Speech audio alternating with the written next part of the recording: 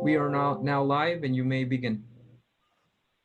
All right, I'd like to call to order the Thursday, August 6th, 2020 Planning Commission meeting. If we could have roll call, please. Chair Dennison. Here. Vice Chair Catalano. Here. Commissioners Dallas. Here. Hutt. Here. Pevsner and Spears. Present. All right. For approval of the agenda, are there any changes anybody would like to make? Yeah, I'd like to propose that we take the two discussion items that are both very closely related and combine them so we discuss the parking and the commercial code together. And with that amendment, I will move approval of the agenda. I'll second that. All those in favor? Aye. Aye. Carries unanimously. Next out is approval of the minutes from July 2nd, 2020. Were there any changes, additions, omissions that people would like? I have one on line 89. It says Chair Hutt adjourned the meeting, and I'm pretty sure Chair Hutt was absent. I was not at that meeting, so I did not adjourn it. The miracle of word processing. Are there any other changes anybody would like to request? I'm good on the other one of the 16th too. Okay, so any changes for the 16th report? All right, we'll do them separately because I think there were a different list of attendees for both of them and we may have people abstaining. So let's approve the minutes. Is there a motion to approve the minutes of July 2nd, 2020? Also move. Is there a second? Second. All those in favor? Aye. Aye. Opposed? And That's the one that I was absent for, right? I think July 16th was the one you were absent for, Joe. July 2nd is the one I was absent and I will abstain from that one. All right. Then I will abstain July 16th. So for July 2nd, we have 1, 2, 3, 4, 5 yays and 1 abstention from Commissioner Hutt. All those in favor of approving the July 16th minutes? Aye. Any abstentions? I abstain. I wasn't there. Yeah, I'm Alright. abstaining. So we have 3 commissioners in favor, an abstention from Commissioner Dallas and from Vice Chair Catalano. Next up is the council liaison report. Mr. Mayor, would you like to give us an update?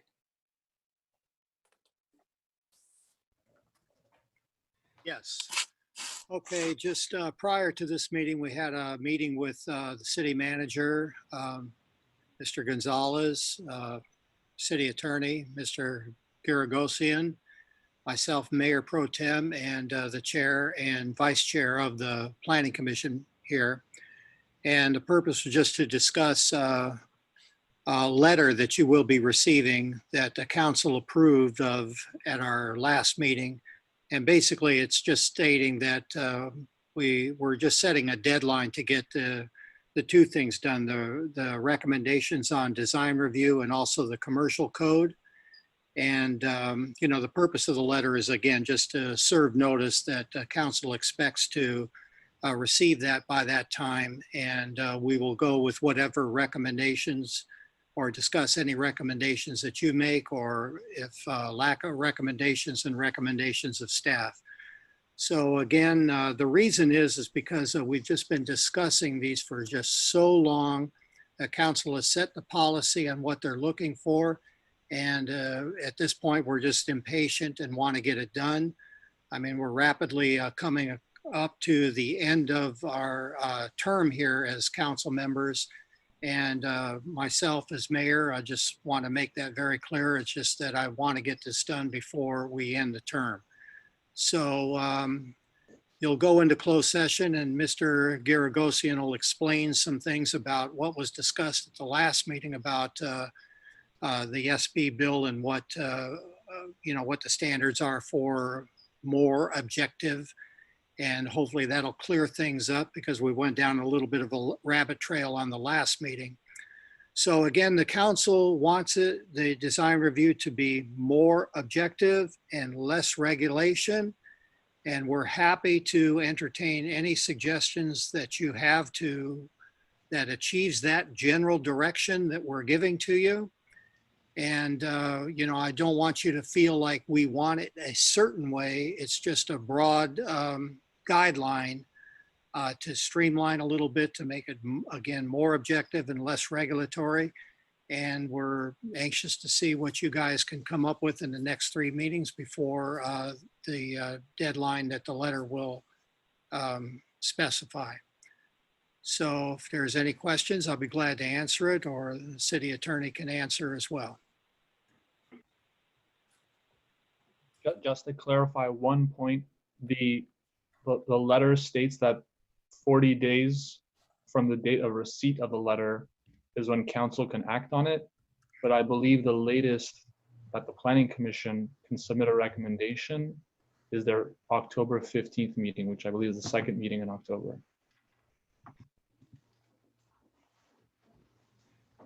I would like a little bit of clarification. We don't necessarily need to shake this out right now, but I'd like to state it anyway, is that I have heard the ask to be more, quote unquote, more objective and less regulatory.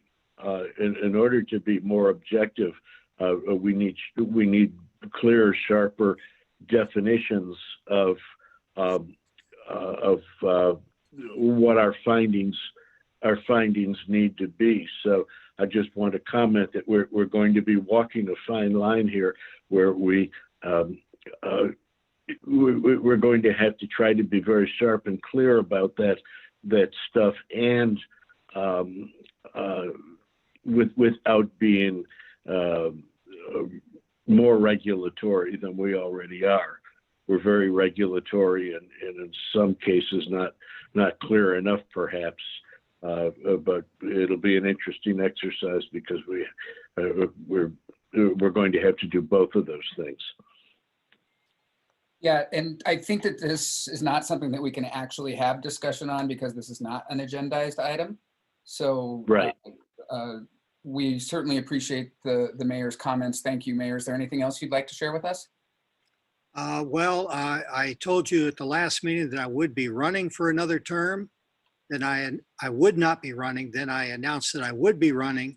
Then I announced again that I will not be running because we've had such an outstanding turnout of candidates. So I get to fulfill my original objective, which is to step down after 2 terms. We all thank you for your service, Mayor. Thank you. Thank you. And I think that generally you've done a great job. I really appreciate it. Thank you. It's nice to hear that. All right.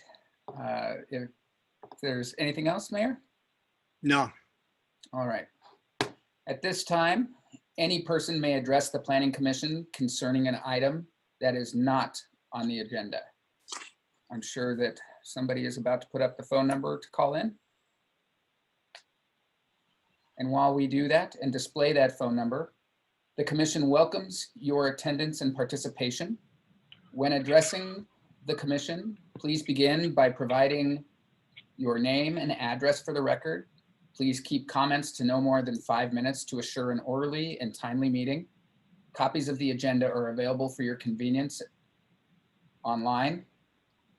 State legislation limits the Commission's ability to take action on specific requests, and Government Code Section 54954.2 limits the placement of items on the agenda for action 72 hours prior to meetings, except for specific findings. No action or discussion may be undertaken by the Planning Commission on any item if not posted on the agenda, except that commissioners or staff may briefly respond to statements made or questions posed by the public, or a commissioner or staff liaison may ask a question for clarification or make a brief report on his or her own activities. A commissioner or the commission itself may provide a reference to staff to report back to the commission at a subsequent meeting concerning any matter, or may direct staff to place a matter of business on a future agenda. Senior Network Engineer Delgado, do we have anybody on the line? You do not have any callers for public comment at this time. Thank you, Mr. Delgado. Hearing that, we will move on to our discussion items. We have combined for discussion the amendments to Municipal Code, Chapter 17.36, the commercial zone and other zoning provisions, as well as a discussion regarding amendments to the Municipal Code of commercial zone off-street parking and Chapter 1768 parking. Does staff have a presentation for us? So what we were planning on doing was going through the sections as we typically do when we're revising code. And I wanted to ask John, now that we're combining both items together, what was your thought on approaching the review of this?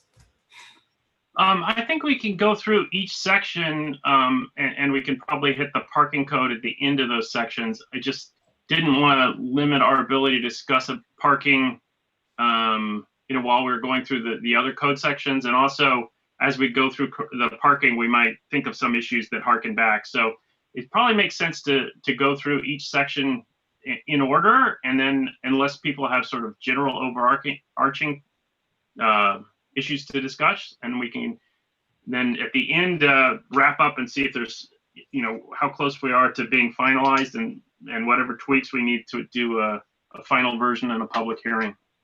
But what I would suggest is that we begin with attachment 2, and the first part of attachment 2 is just the clean version of the ordinance. So I'm assuming that we're going to pick up not at Exhibit 2A, which is a red line version, which was the last red line version we looked at with the edits. So that'll be the second item in attachment 2. Yeah, and that's on page 124 of the staff packet. So I think before we jump into this, just a refresher, we included the subcommittee memo from 2 years ago for the new commissioners and anybody else who wasn't up to speed. But generally, the whole concept here is we updated the general plan. Now we're updating the commercial code to match. I think there was a lot of outreach that was done as part of the general plan update and in the commercial code update. And generally, people in town like the commercial area. They like downtown. They just want it to be a little bit more vibrant, more pedestrian friendly. And one of the things that we've identified in outreach to business is that there's a number of artificial hurdles to bringing new businesses in and changing businesses or a space from one type of business to another. And so part of the goal was to streamline that. One of the major ways we did that is by separating use regulation from design regulation, so that we don't necessarily have to have the same level of review for a use that's moving into an existing building as for if we're building a new building, as we have in current code. And so we have all these cumbersome procedures if somebody wants to move in and just establish a building in an existing location that other cities don't, and that really don't get us any noticeable protection. And really, our design review for new buildings was sort of lacking and didn't really focus on the pedestrian friendly element. So by separating those, we can target the regulation on new and make it a lot easier for businesses to come into the existing spaces. So that's sort of the general overarching thing. Then we also noticed on parking that our downtown was created as a streetcar suburb, and it now functions as a park once and walk around area. Our code was really more sort of suburban park at each place, and was inhibiting people from changing different businesses and doing new things like sidewalk dining that we wanted to do and encourage. So on the parking revisions, we've streamlined and made that easier to comply with as well. So but with that background, I think we can go into these red lines. And what we've done is, and I think what we should focus on in this meeting to make it move along, is focus on the red lines of the proposed versus what we looked at the Planning Commission before. If there's any specific questions, we can drill down to the other ones, but that'll skip a lot of the unnecessary markups that we've already covered. So in 2A, this is the general definitions, and these definitions apply to the entire zoning title. And the reason for some of the changes here is because we had put some definitions in the commercial code, and because we use them in parking and some other places, it makes sense to put them in the more general area. So one issue is just moving them. Another is we just updated the city's affordable housing ordinance. And so one of the terms changed from below market unit to affordable unit. So that's reflected in here. I don't think there's anything really exciting or controversial in the definitions, but if anyone has any questions, we can talk about those. Yeah, John, I had a question. So I just wanted to clarify what this red line is against. Yeah. Okay, so Exhibit 2A is the red line from the current proposal from the Planning Commission's prior proposal. Exhibit 2B is a red line, is a sort of, if you will, cumulative red line of the current proposal from existing. So if you want to see exactly everything that's going to change, you look at 2B, but 2A just shows you the tweaks since the last version, and you can see there's not very many. Okay. Commissioner Hutt, just a question for you. Yeah. Did you consider linking perhaps some of these definitions to the state law? Like for example, I know like supportive housing and transitional housing, like these are terms defined in state law, I think maybe under the health and safety code. And like the reason to maybe link it is because if state law has some kind of mandate regarding transitional housing and we define it one way and state law defines it another way, my fear is that we might miss something. I think that's a really good point, but that's in the general definitions, and we tried to just change the things that we were touching. And so, you know, if you want to do a comb through on our zoning code and fix a lot of stuff, go ahead. But we tried to get, I mean, as I think Mayor Copo just said, we've been around and around on this a long time. We want to focus on getting it done. And so the changes here relate to how the commercial code works. And we tried not to go beyond that to fix other items because you could go down a rabbit hole there and keep fixing and never get anything done. So I think that's a very good suggestion, but that's a suggestion for another time. And I think a lot of the definitions had been updated when we updated the group living facilities ordinance.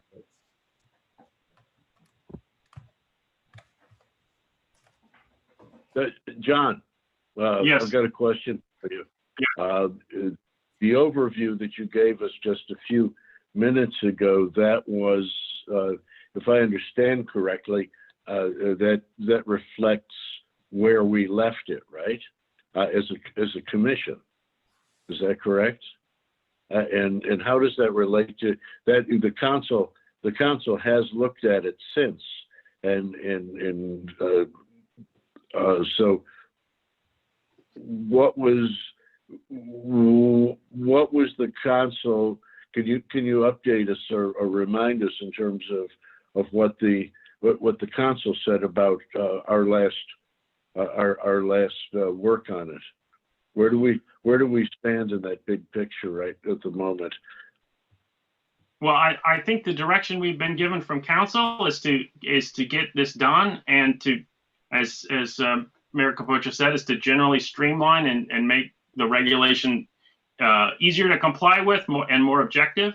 And so one of the things we can do is we go through and we look at some of the red lines from our prior. We can see where those changes were made to incorporate that direction.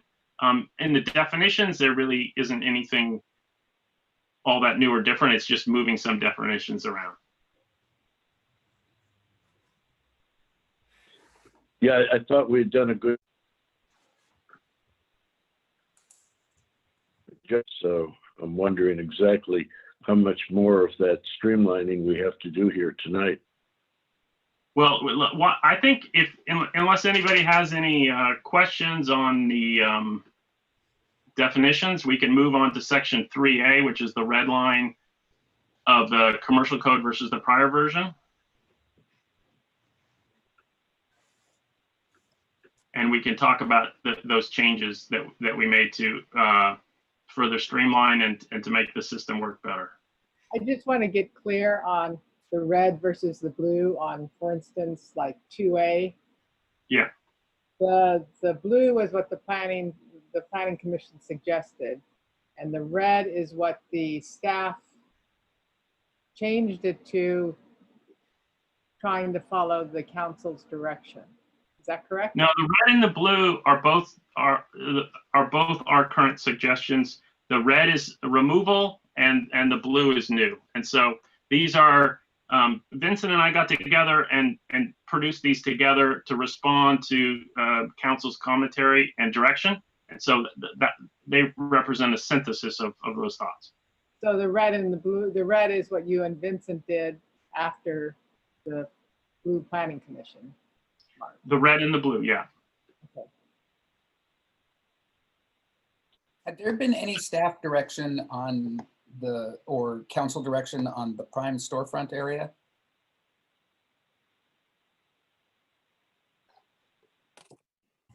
City Council did suggest that we omit specific references to primary and secondary storefront. Those do appear as a definition, but in terms of regulation, types of uses, that does not appear throughout the document for the most part. Yeah, I think that when we get to the chart, you can see how this has changed. If you'll remember, when we did the use chart before, we broke it down by prime storefront, non-prime storefront, and that has come out. The prime storefront is a needed term because, for instance, the general plan calls for us to not allow residential uses in those areas. So that's to say the residential uses is allowed in the downtown area, but not in the prime storefront.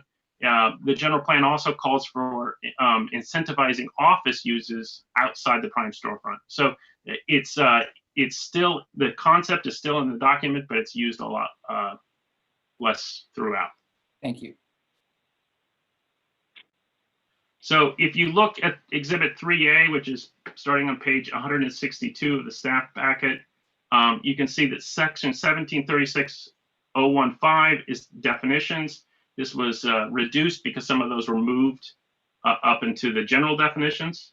And then if you look at section 1736.020, starting on page 2, this is where you get to see the chart, the use chart that was streamlined in response to the comments from council and staff. And if you remember, we did this sort of, we had 3 different layers of breaking down uses. One was sort of allowed, and then some limited review, and then more heightened review. And those would roughly correspond to permitted, staff level review, and a CUP. And that 3 layers was thought to be too complex. And so that was just broken into 2. So you've got retail is broken into either general or limited. And limited gets a heightened level of review, which is a CUP. And retail general is permitted for 2,500 square feet or less, minor CUP for 2,500 to 5,000, and a CUP for above 5,000. So that streamlined it. And then also there's no regulation here differentiating prime storefront versus non-prime storefront. So there was sort of this 3x2 interaction that made the chart a lot more complicated before, and that's been taken out and streamlined.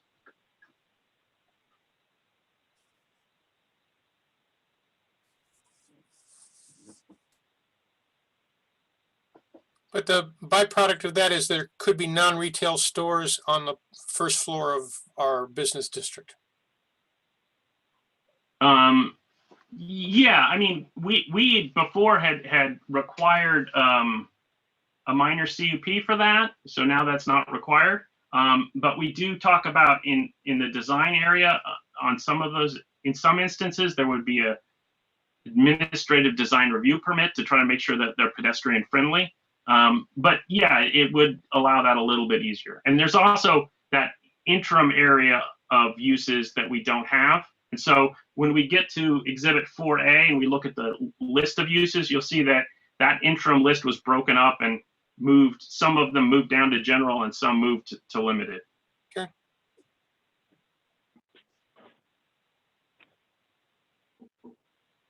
So one other little wrinkle here is we just made it clear that if a use, the size of a shop falls exactly on the limit, it's at the lower use category. So if it's a 25,000 square foot, 2,500 square foot shop, it is permitted, right? So just to make it really, I doubt we'll get any exactly on the threshold, but just to make absolutely clear that that's how that works.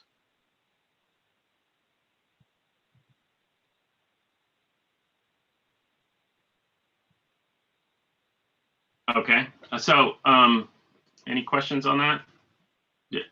The other thing is we could review those threshold levels and change those if we wanted to. I think in a prior draft we had office as just generally permitted, whereas now we have it as a minor conditional use permit above 5,000, and that was mirroring the prior version that went to the council. But you know, if we wanted to streamline it even further, we could say all office use is permitted. I think it all looks really good. I read the whole Okay. thing. I think these are all good revisions and it streamlines it a lot. Okay, and then if you move into section 1736.030, this is the regulating of new construction, and it talks about when you need an administrative design review permit, a design review permit, or if it's permitted.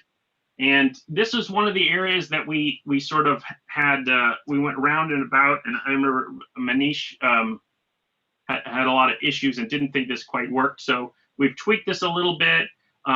One of the things is the issue of exterior facade alterations. We clarified that so that if there's a significant exterior facade alteration that's fronting the main commercial street, and the director determines that that has the ability to materially alter it, then we could have an administrative design review permit. But if it's off of the main street, we don't think that's so important, and it would just go of right. And then also you'll see in B4, we've added that the office uses would require that to make sure that they maintain. That's especially important for the pedestrian nature and the the window openings and whatnot, instead of just sort of a closed off thing that doesn't really interact with the street and the sidewalk. We also talked about and thought about, and one thing we can consider is whether we want to put service retail in that. But I think that that's a use that's probably interactive enough on its own that we don't need to have that layer of regulation. But we could put that in if we wanted to.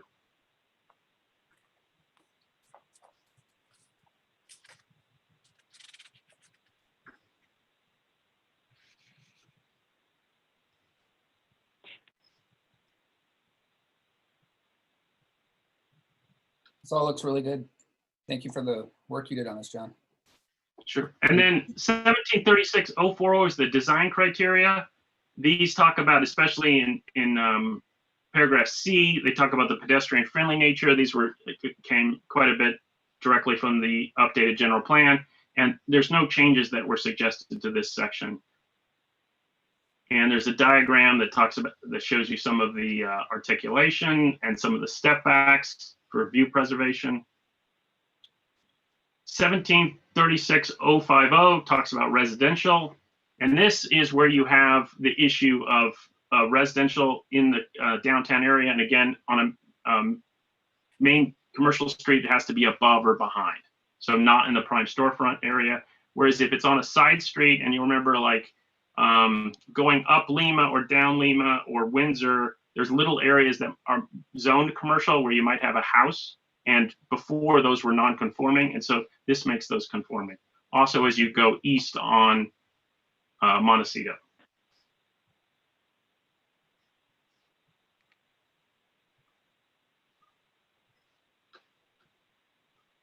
And John, if we can loop back for 1 second here, 1736-040,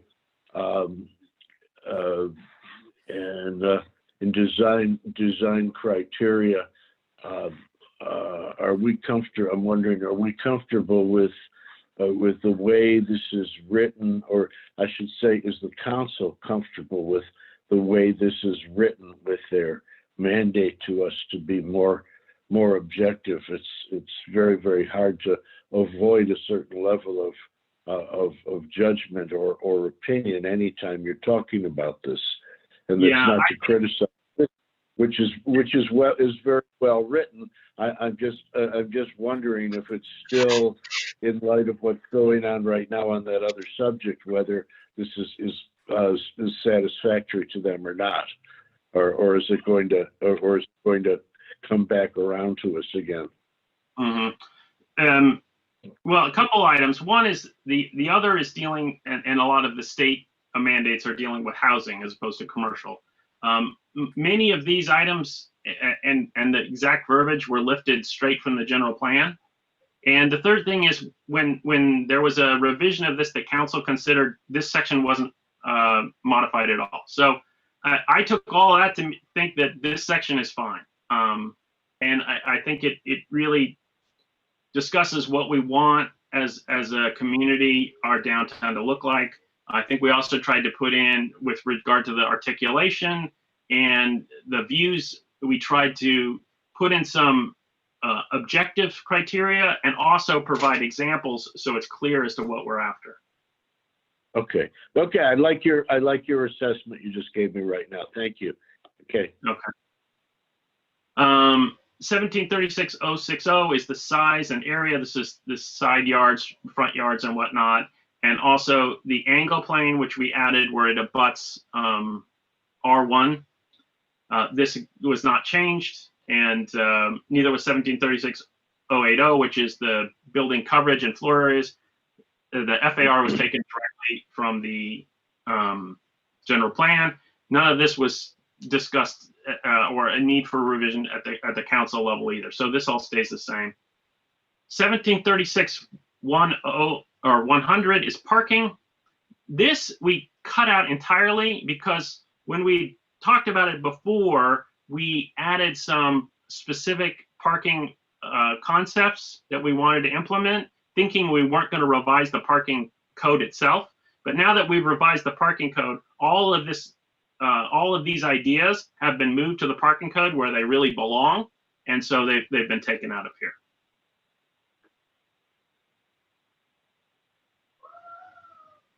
And then 1736-110 is landscaping. This wasn't changed. Screening wasn't changed.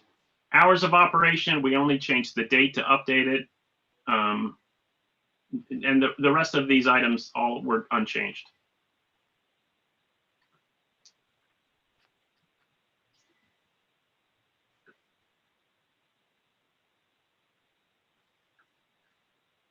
So if, does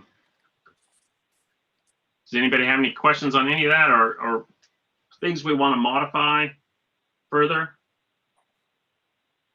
Does the latest change in the parking patterns in town with the inclusions of the outside eating areas that are now in that have taken over certain parking areas, and the changes in time on certain parking places like in Kirstein Court, is that going to be reflected in our changes to the parking and our requirements for businesses and their parking requirements?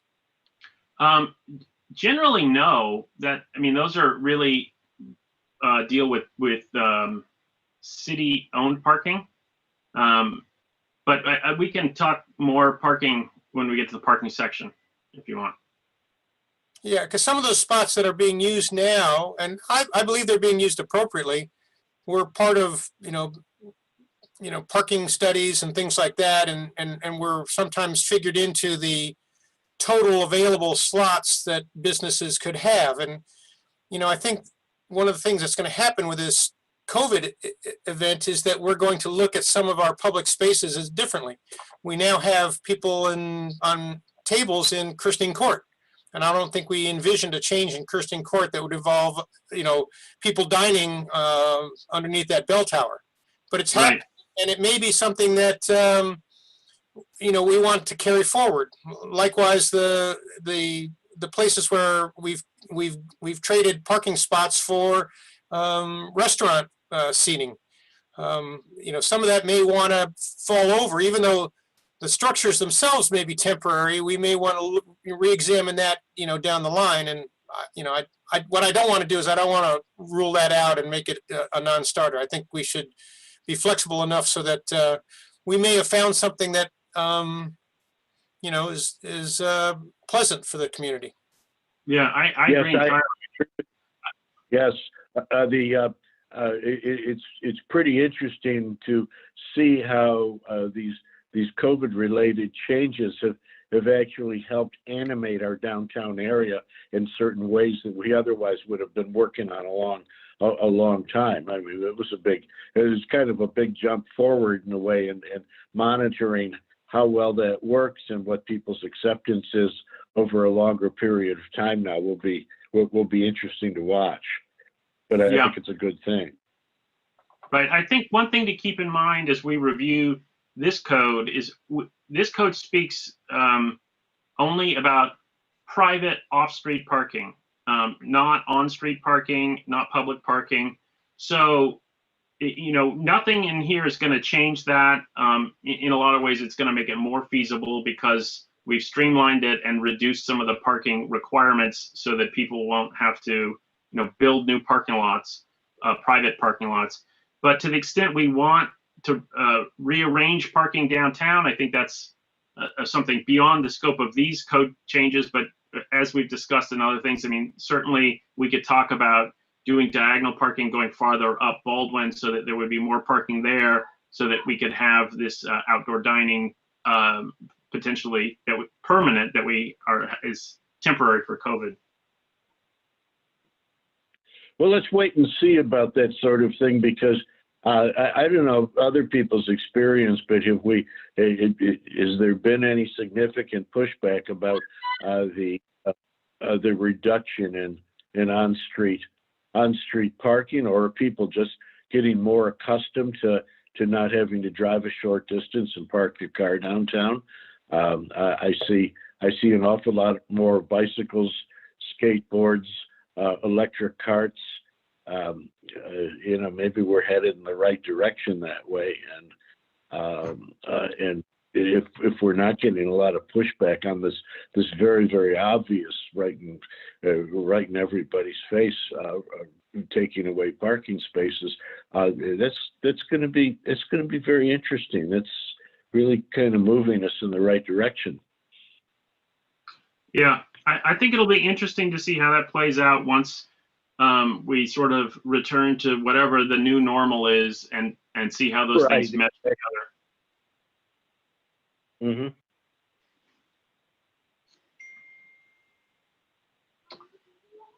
Okay.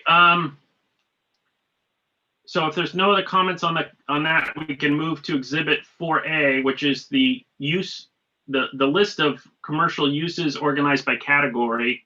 And if you'll remember, our old code has a laundry list of uses, specific uses that are listed. And if it's not listed in the code, you can't do it. So somebody couldn't open a Pilates studio because when they wrote this code in God knows when, they didn't know about Pilates. And so our goal was to change the use rules to apply to categories, and then let the director keep a list of uses that fall under those categories and update that without having to have a full code revision, so we could be more creative and adaptive and allow Pilates studios when they come. So the big changes here on this exhibit is taking where we had previously divided the uses into 3 categories. Now we just divide them into 2. And so those ones that were in the interim group, whether we put them in the right places for the general or the limited. So, for instance, if you look on page 206, you'll see that the retail sales limited, which is the one that requires a CUP, it includes alcohol, tobacco, guns, whatnot, but also these interim uses like glass repair shops that do edging and beveling and silvering are CUP. And home improvement and pet sales as well. So that's how that went. The service establishments as well, the middle tier was taken out and moved some to the CUP level and some to the general level.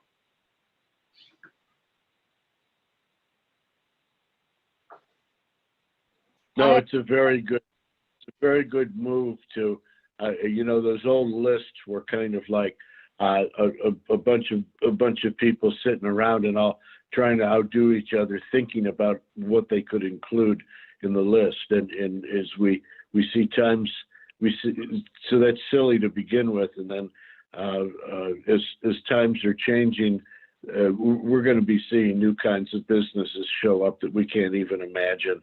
And so the idea of some very generalized categories is really good.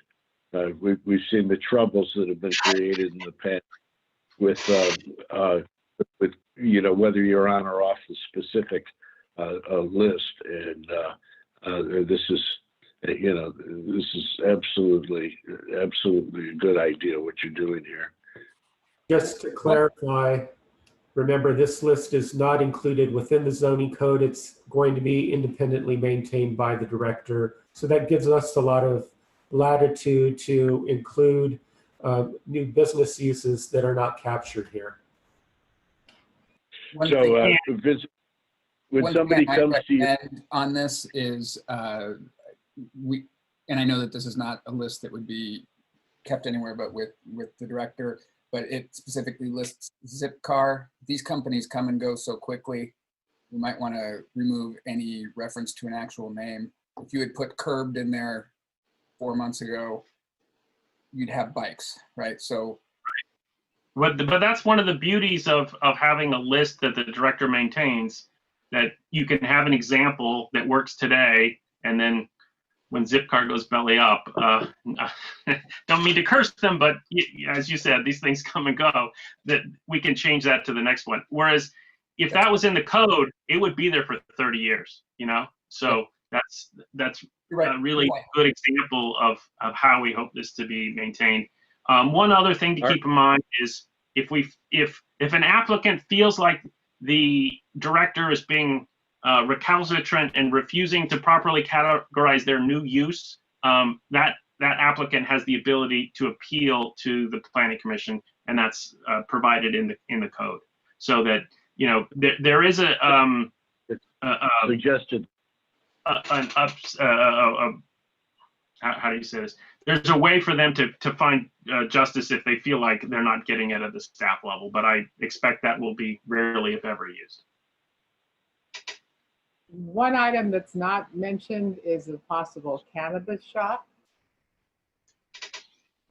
Cannabis is regulated separately, as are adult businesses. There's a specific provision on adult businesses, and there's a specific stuff that's outside the zoning code or at least it's outside the commercial code. So those rules specifically govern those, and then they wouldn't be within this list. So cannabis is an adult business? No. Those are separate. I'm just saying that those two things, there's specific separate codes for, and so they're not addressed in the list. Okay. Two questions. One question for Commissioner Hutt and one question for Director Gonzalez. Commissioner Hutt, the method that you described to appeal the director's determination regarding whatever business categorization they fall under, is that in the code somewhere? Yeah. it'll take me a minute to find it because I don't have it handy. But Oh, it's I okay. think it's in the list itself. Let me get to that page. Maybe while you're searching for that, Director Gonzalez, I just want to confirm, is this list going to be published and available to the public? Is that the intention? That wasn't the intention, but certainly we can do that. And, we could put it on our webpage because if they want to see what classification they're going to be falling under, certainly I don't have a problem with doing that. It looks like 1760-025D. Yep, on page 165 of the red line. 1760 025? 17, hold on, let me get the right number. 1736-020B on page 165 of the red line. So it's right underneath the chart, and that section B talks about maintaining the list. Perfect, thank you. If you put it, to back up 1 second, if you put it on the website as it was just suggested, do you want to, a minute ago, do you want to clarify on the website that these are examples and that they're not an exclusive list? We can do that. Do we want people? We wouldn't want people to believe that it's an exclusive list, would we?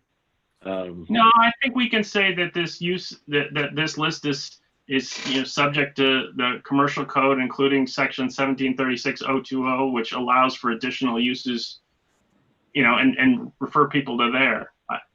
So I think that's a good idea. One other thing that was talked about at some point was having some sort of review of this list, like every once or 4 years or something at the Planning Commission level. And that wasn't added to the code, but I don't know if that's really necessary, because if there's an issue, we'll figure it out. But if people think that is a good idea, we could add that to that section. Well, if the director is getting enough adverse feedback from applicants or potential applicants, that would raise the issue right there, wouldn't it? Yes. The director may bring that to the commission's attention that some revision is in order, and yet if we state it in an open and graceful way, it may not need any revision for a very long time. Yeah, I agree. I think it may need to come back to us on a regular basis, only because right now in Sierra Madre, we have a lot of empty storefronts. And I believe in the next year, we're going to see a lot of turnover.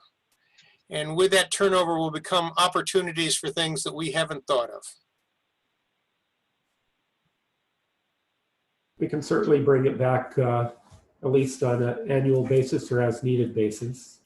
Yeah, I think maybe you might want to learn from interactions and what's going on. Yeah. I have a comment about the thing that Vincent has to track. What was that, Joe Catalano?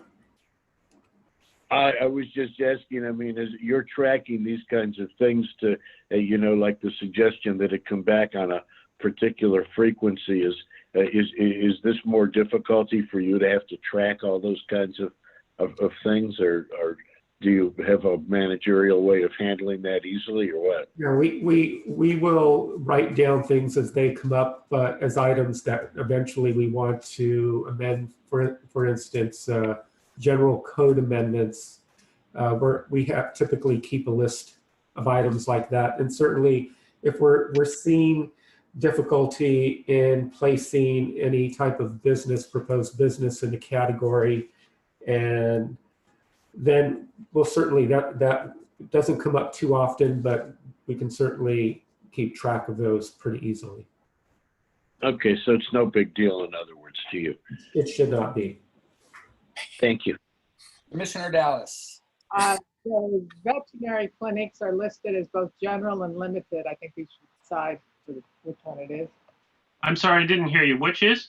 The veterinary clinics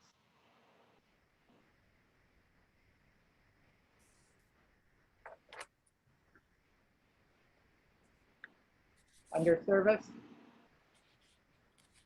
Yes, it is. So, yeah, what do you want that to be? We put pet. I don't know if we want to go. I mean, pet is under pet sales is under a CUP. I don't know if we really think we need that. We might want to move that one down to general if we decide to leave vet at general. Or do you think those are more CUP kind of things? I thought the idea was to have the pet ones be a CUP to ensure that there weren't noise concerns about having pets real close to certain areas. I thought that was if I recall, the logic that we had discussed previously. And so I would actually recommend keeping it as a CUP. I agree. So Noise. move the vet clinic to CUP. What about pet grooming? We put pet grooming in the service general. Do you want to move that to CUP as well? I would think that would have just as much noise. I think that it doesn't have the overnight noise concern. Good point. Okay. Yeah, if you sit outside at Sierra Madre Pizza out on the sidewalk having your lunch, and 2 doors away there is a pet grooming place. I've never heard a bit of noise out of that, and you could all try it and see what you think. But I tend to agree with that statement a minute ago that just coming in for grooming is not going to result in the same kind of noise as an overnight kennel. That would be anecdotally that's what it seems like to me anyway. That makes sense to me. Commissioner, as I look through this list and I'm thinking about the director's authority, I'm not sure that he can actually add additional uses, only because I think that's kind of a legislative function. I know in other cities that we work in, the director interprets like uses. So if it's like a restaurant and another storefront is like a place that prepares food but doesn't necessarily sell it retail, the director can determine that through a director's interpretation to be a like use and to categorize it that way. But I'm not sure that the director can actually add a use that's not on this list. Well, we're regulating the use categories, right? So Right. what the director is doing is interpreting the use category. But let's I think before we do the final, why don't you research that a little bit and we can get that language so you're comfortable with it. But I think the concept is we're regulating use categories, and we want to give the director the flexibility to put in where we have a spa or a gym to add Pilates studio, because it's the same kind of thing. So whether you want to call that add a new use to a category or determine that a use is similar to another, I don't really care how we slice and dice that, but that's the concept. Got it. Yeah, exactly. It is meant to create flexibility for things that we shouldn't have to anticipate, and so the idea of similar uses, and that this is just a suggested list to create the examples. I think Alex, that we have the concept here, and you're absolutely correct. But if you need to tweak the language to cover that other issue, as long as we've got the flexibility and we can create very general use categories, I think we're good. Maybe that's a good way to handle the reporting issue. Can you hear me? Yeah. What was the reporting issue? Maybe anytime something is added to the list, the director does it, but every planning commission meeting, the following planning commission meeting, he reports to the planning commission that this has been added, and, you know, we just, as a group, approve it because it's reasonable. I think that's a good idea. Okay, The issue is, though, if you consider that to be changing code, then that's going to require city council action. And that's, I mean, that's the whole point we want to get away from, is having to have a big formal code amendment in order to do it. So I think, you know, I think staff understands the goal here, and let's try to work out some language offline to make that work. We're Yeah, basically, what's in the code is the categories, use categories. So all we're doing is bringing in specific uses under those general use categories. Exactly. I don't remember if Alex was with us when this was an issue before us, but Commissioner Dallas either. But you will recall a while back, maybe a year, 2 years ago now, that there was a dance studio that wanted to come into town, a kids' dance studio, and the rules were written so rigidly that she wanted to know why the karate studio across the street was there as of right, and that and she lost out on a space because the landlord didn't want to wait for her to go through the CUP process because her kids' dance studio wasn't on the list, but the karate studio was. Okay, that was absolutely silly. That's the kind of thing that we, and I think the city council also, wants to not have happen anymore. That's exactly right. That's the whole point of this list in a nutshell, is that that dance studio should be able to go in there, and that Pilates studio that couldn't go in because it wasn't on the list should be able to go in. Right. Now, thankfully, that dance studio went and made a shared parking deal with a Congregational Church, and so they did get another space. And I'm glad they're good to see in town too. But they really had to drop back and punt on that, and we could have lost them. Yeah, and we don't. The flip side is we don't know how many businesses we have lost because they decided not to push forward. They looked at our code and said, "Yeah, forget it. I'll just go to Pasadena or Arcadia or Monrovia." That's right. That's right.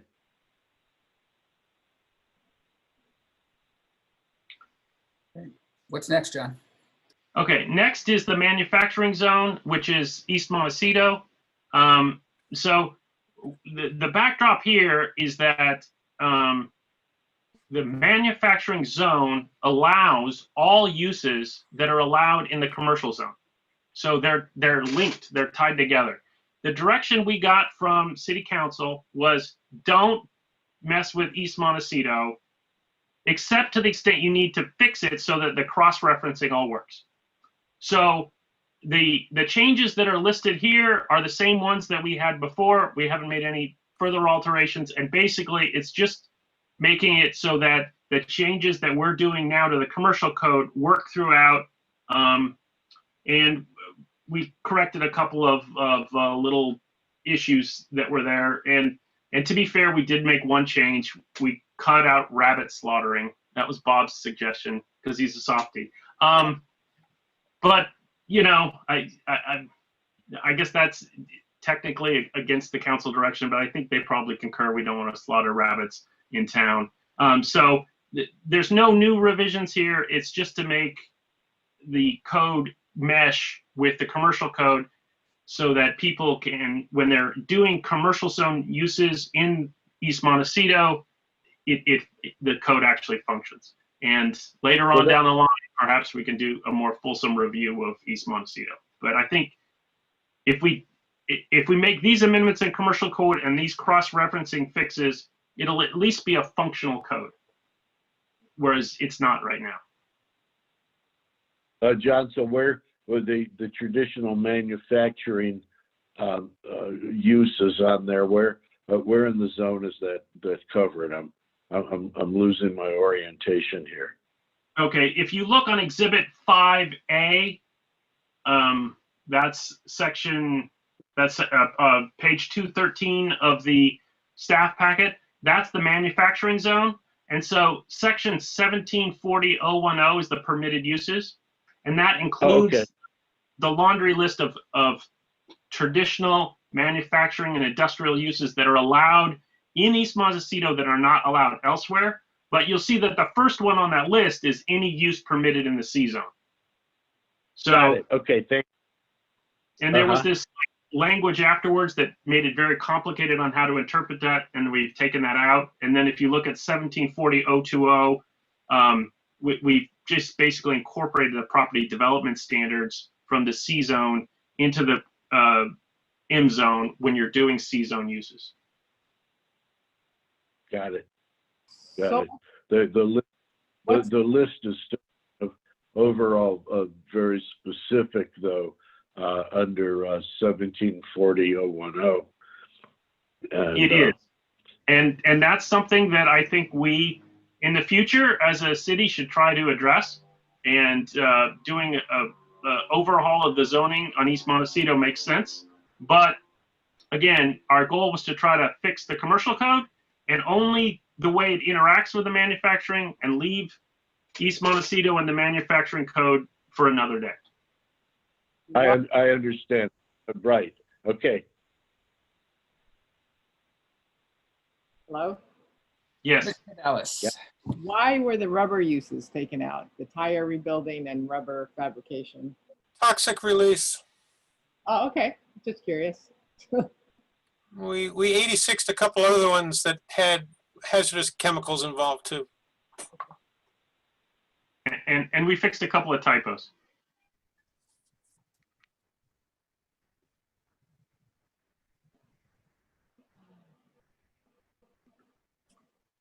Great. Okay, attachment 6A is the red line of the variance and discretionary permit section. That starts on page 232 of the staff packet. There's no changes that we're proposing from what we were proposing before, but the red line shows the change from his existing code. And the big thing here is that we, that there were some general uses that were allowed anywhere in town, which we had taken out. And then also there's a minor conditional use permit at section 1760.050, I'm sorry, 055, was before only used in residential purposes. And so it needed to be, the language needed to be tweaked a little bit to be able to be applied in residential or commercial uses. And then there's also some language that we had updated our CUP findings, that we never updated our minor CUP findings to match, and so that language was done. And I think we still, there's one little part here I just noticed that we're going to need some city attorney input on page 234, so I'll make a note of that. So Alex, On the public that is utilities. referencing chapter 17.60.030. It's conditional use permits when required. And under parking lots, commercial, there's a couple of notes that we left in here.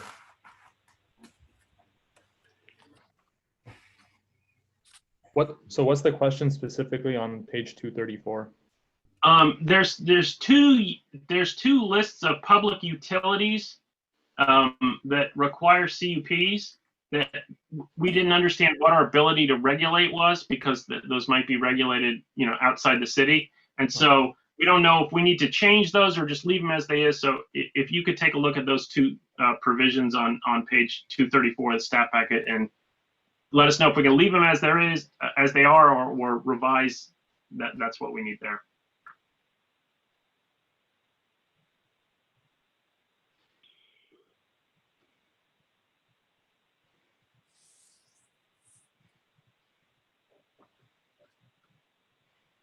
Okay. Again, on the conditional use permits when required, the veterinarians are already covered in the commercial zone, so it probably doesn't need to be on that list.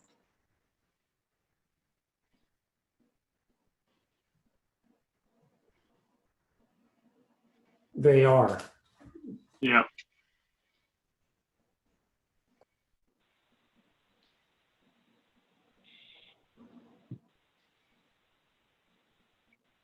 I think that leaving them on the commercial list is redundant, but that's probably operationally better because then somebody won't forget this section.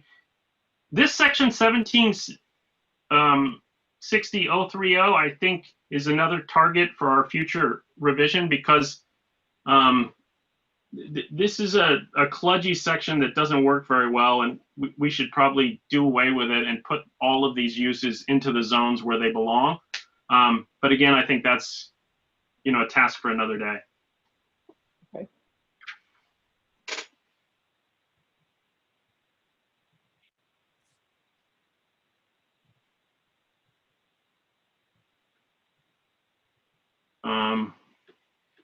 With that, if we're ready, we can go to the parking.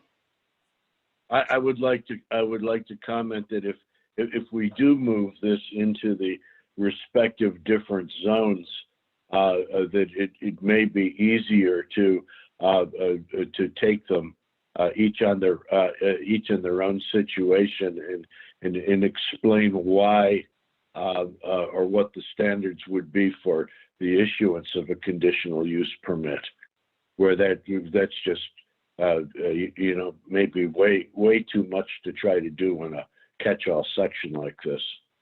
Right. I think it may offer us an opportunity to get a little sharper about that. I think that's a good idea, Joe. And I think when we go to that section, we should, in the future, when we do that, we should definitely look at that.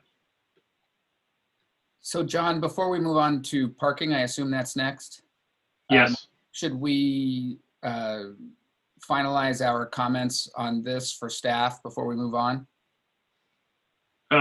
Well, we can, or we can wait until the end because we combined both discussion items. Okay.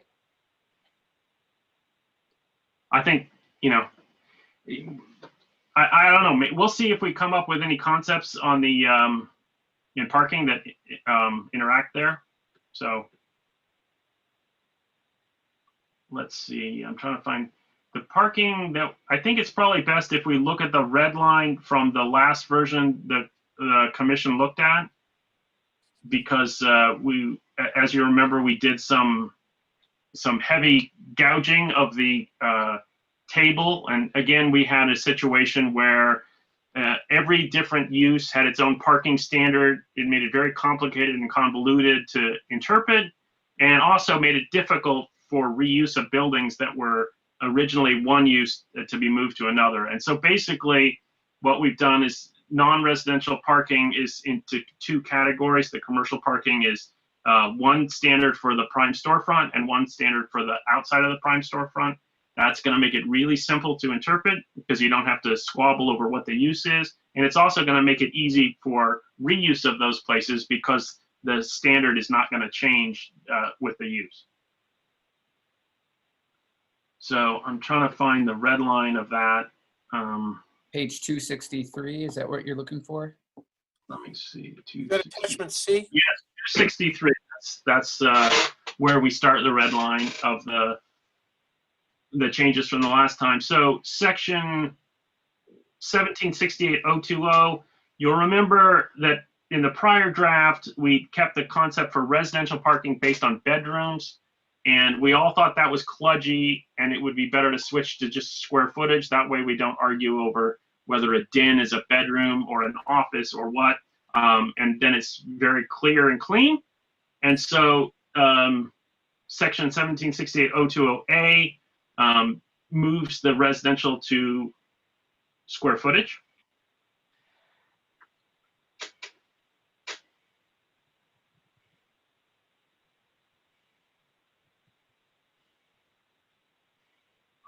Yeah, I don't know if people want to talk about that more. We also clarified the guest parking on multifamily based on the discussion we'd had. And the differing rate for the affordable units, that it's basically one parking space lower than for market rate.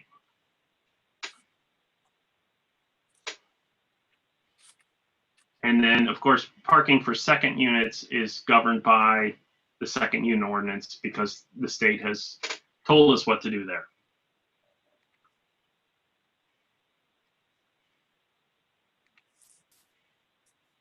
And then moving on the next page onto section B, that's the parking for the non-residential uses.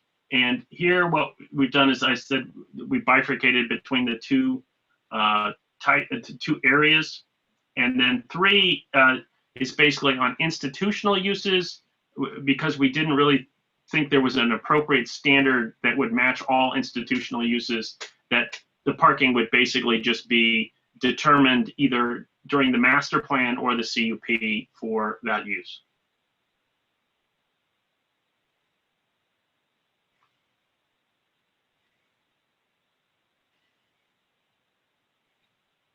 And then you'll see paragraph C is where we incorporate a lot of those specific concepts that were previously in the commercial code. And we even fixed the numbering so that number 8 follows number 7 instead of number 7 twice. Moving to page 265, in the general requirements, we talked about just doing the numbers of parking spaces in this chapter, and then the location and whether they had to be covered in the various zonings. So in R1, they have to be in a enclosed garage, for instance. And so we took all those concepts out of here about the enclosure.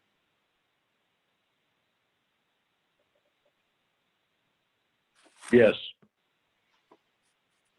And then we did a little bit of tweaking on the design standards, 1768-080 on page 267, dealing with this requirement of a stop sign, which was never enforced, and having safety sort of override the screening and whatnot when you come to an intersection or an exit.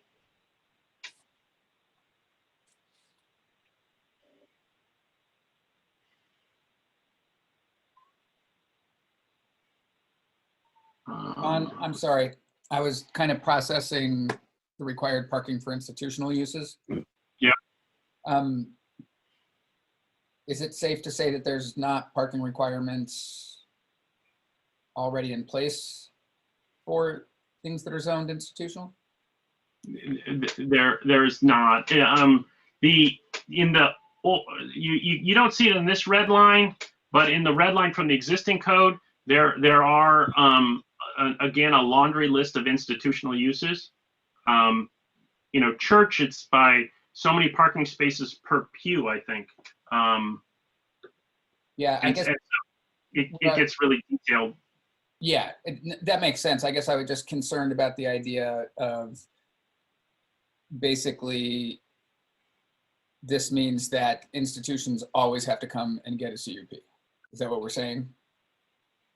Well, the way it reads is that if they need a CUP or a master plan.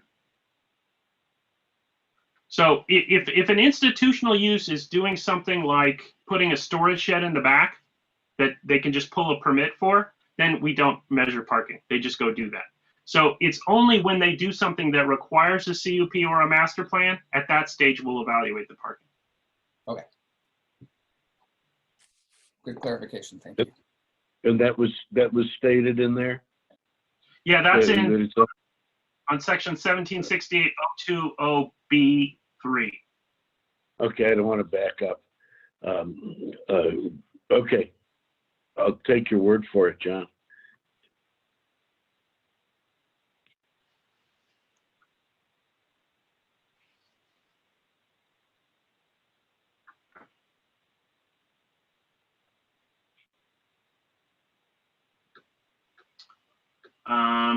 And then that's the end of it.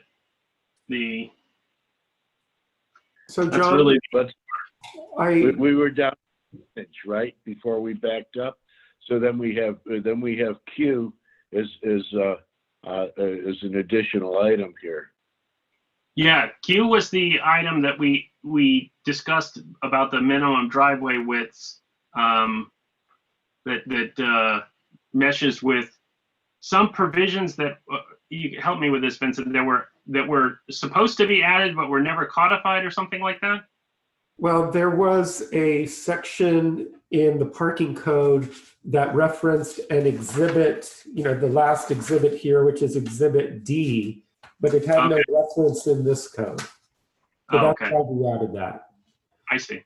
And similarly, I don't have it here. I'm thinking of introducing an Exhibit E, and I would have to draft language now for that. An issue came up regarding a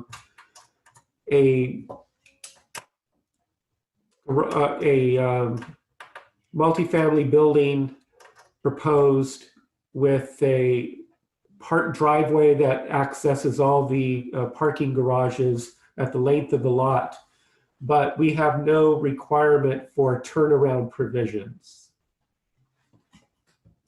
But aren't those addressed in building code and fire code? They are. We could leave it that way, but I have really nothing to point to. If somebody's coming in with a conceptual design, they might have gone further than they should have. Right. It's probably easier to point in something in the code as well. Yeah, I mean, we had a minimum for driveways in the old code. I think, one of the issues is on that kind of concept is that if you codify that in your zoning code and then the building and fire codes update, you've got conflicting ordinances, and maybe we'd be better off just having a handout or a pamphlet that summarizes the existing fire codes and building codes on those. Yeah, I don't know that we really want to. I mean, I don't have any capability to second guess fire codes on turnaround stuff. I mean, maybe Bob. That's a good point. And we could just have a handout. We have a handout on many, many items that are related to building code anyway. Yeah. LA County has a mountain of them. You can't think of anything that they haven't made a drawing for. Right. And we do update the building code and fire code, every few years anyway, and they do change. Right. Okay, we'll leave as is. Okay. Yeah, I really want to hear from our two firefighters on the commission here. There are other cities where the fire department review is one of the preliminary things that you have to go through because they bring to it their own judgment about how to best fight a fire or serve an emergency in the particular building complex, right? And so do you? It seems as though that it ought to go to a preliminary on-board review by the fire department, perhaps. Do you, Bob and Tom, how do you feel about that? I always would like the fire department to weigh in, especially on mitigation of hazards, because we have only 5 guys on duty and 1 engine, and we're going to be behind the 8 ball for a lot of things. Even though we have mutual aid, they're still a ways away. And we expect, or we hope, that whoever is designing a project is intimately familiar with fire codes and things like that. But we've found that that's not always true, and things get caught after the commission's approval. So it would be fine with me that if we have a lot more examples of, no, this is the way we want you to build it, and these are other fire codes, because we have homeowners and other people who want to do something that they find out too late that they can't do. But I would be pleased, because mitigation is the way we keep from having to have bad things happen. Yeah, if you look at the statistics, by the way, for what the fire department has had to handle in the last year, the very, very, certainly the medical services far outweigh the incidence of fire. And that's just to say that we hardly have any fires and in Sierra Madre, and that's definitely to the credit of all the fire prevention work that we do, or you do. Well, it's also because we put in fire sprinklers and we build things the right way. The way we mitigate that hazard is that we apply certain codes and requirements as to how things are constructed, so that fires are, if they do happen, they're kept into a small location and otherwise, put out by sprinklers before the fire department gets there. But I mean, we have to be, very vigilant about this. I mean, we had people build a whole house in Sierra Madre without any permits, and so we have no idea that, were codes applied, or did they cut corners? And that's what contributes to hazards. And, we don't want to see anybody, either a city employee or a person in the public, hurt because people didn't pay attention and people decided that it was cheaper not to do it. And then, then my experience, like with hillside development in Monrovia, is that the fire department is very, very interested about all the little roads and the 400-foot long driveways and all that sort of thing, not only to get up there and protect your house, but also as a more advanced location to fight a larger fire from too. Yep. But in Monrovia, for any kind of a hillside project, you just go through a formal development process before you even get to planning commission, and a fire department representative is on that board. You could ask for that at anything above Grandview. That'd be fine with me. All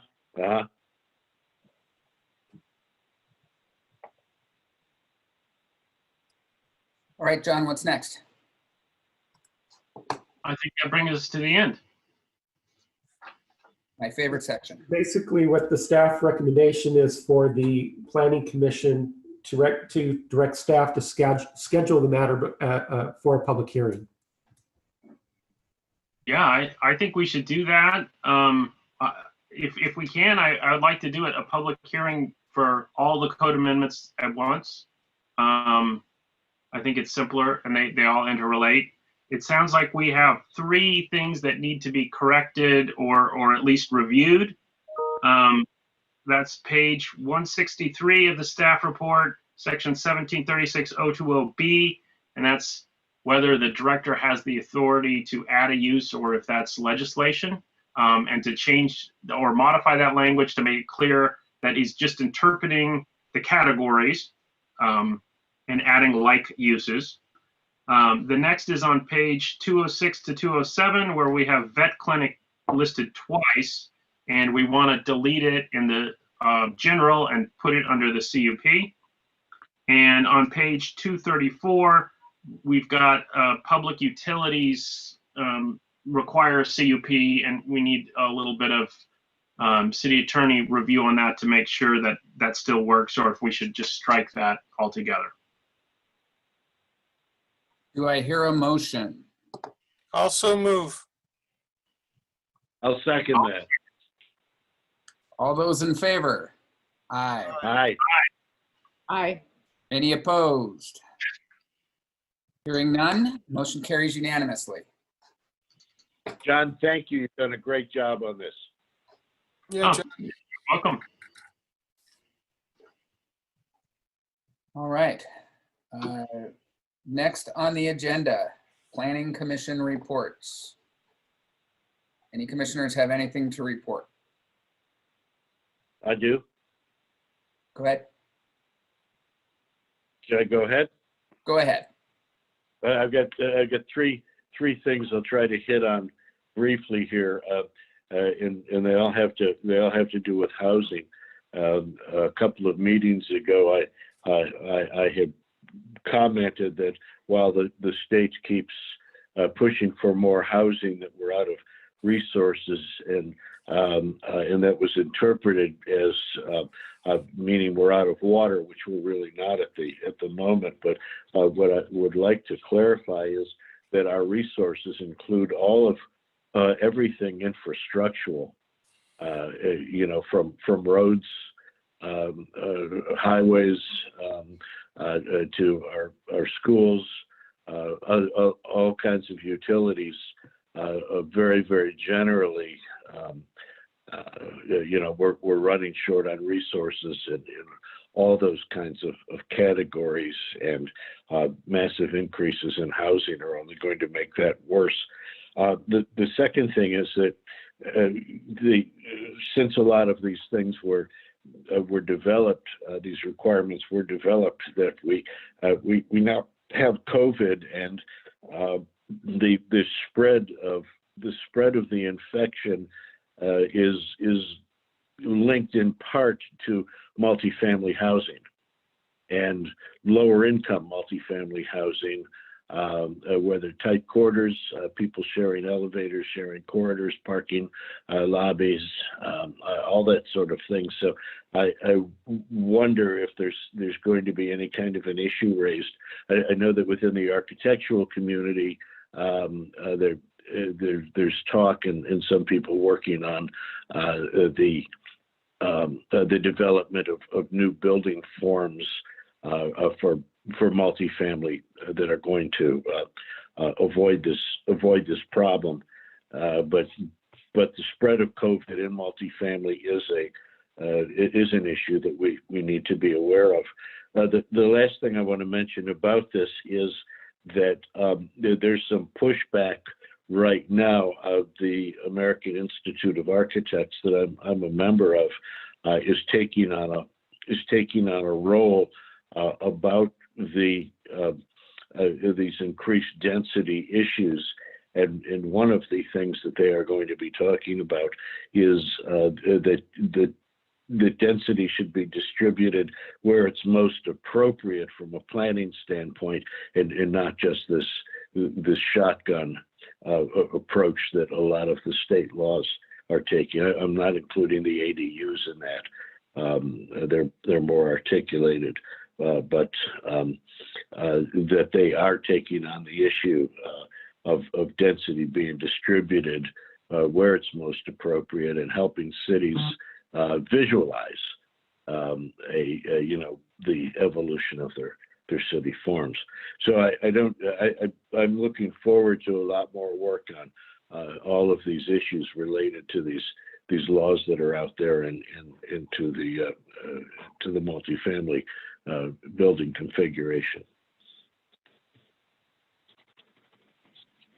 Thank you. That was it. Thank you, Joe. Appreciate that. Any other commissioners have anything they'd like to report?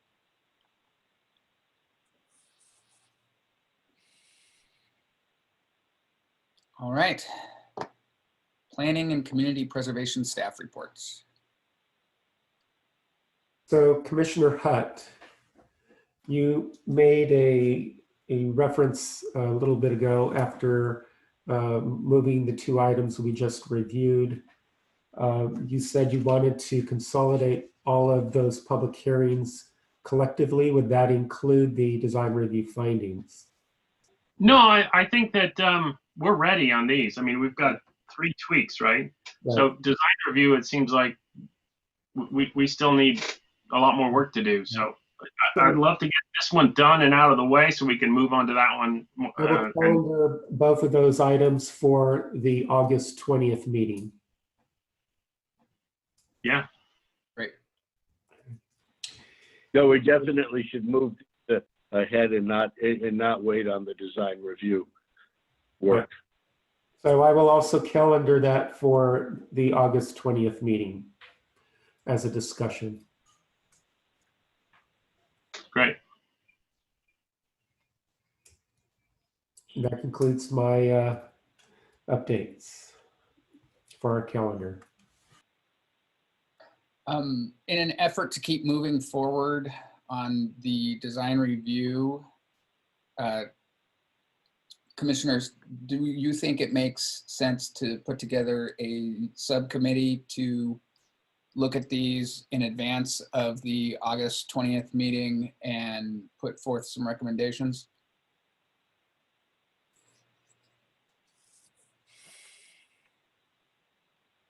Well, I certainly do. I kind of liked what I saw originally, but I'm the newbie. So. Chair Dennison, you may consider waiting for that memo, and you're going to get a revised set of design review findings. So maybe after the August 20th meeting, if you want to raise this issue again, and then because we're going to have a number of meetings, you'll have multiple opportunities, at least 4 meetings by my count, maybe five meetings to finally make a determination if the deadline is the October 15th meeting. Okay, so that's a great point. We'll wait till we get a revised version of it at the next meeting, consider it and conversate on it then, and then figure out the best way to move forward. Is that revised information coming from the city council or the state? The revised findings are coming from staff. Staff.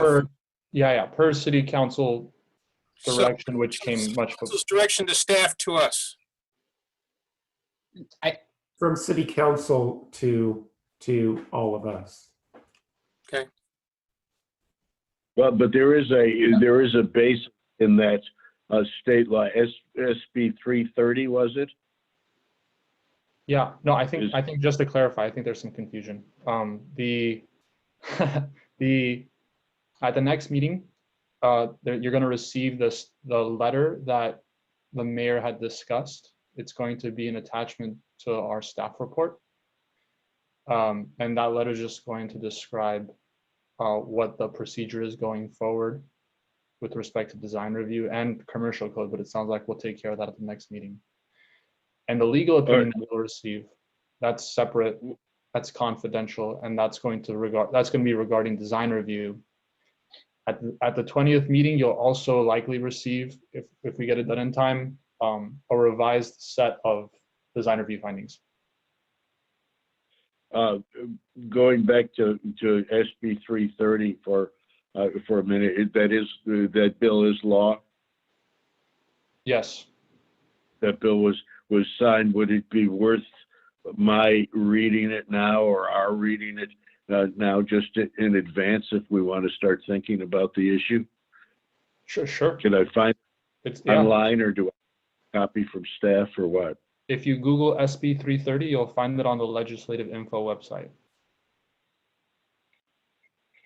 Okay. I'd like to back up far enough of my thinking to understand exactly what they're saying in that law.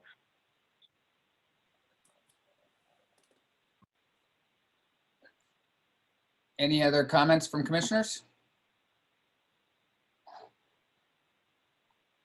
Then at this time, I will adjourn our meeting to our next regular meeting of the Planning Commission on August 20th. Thank you, everybody.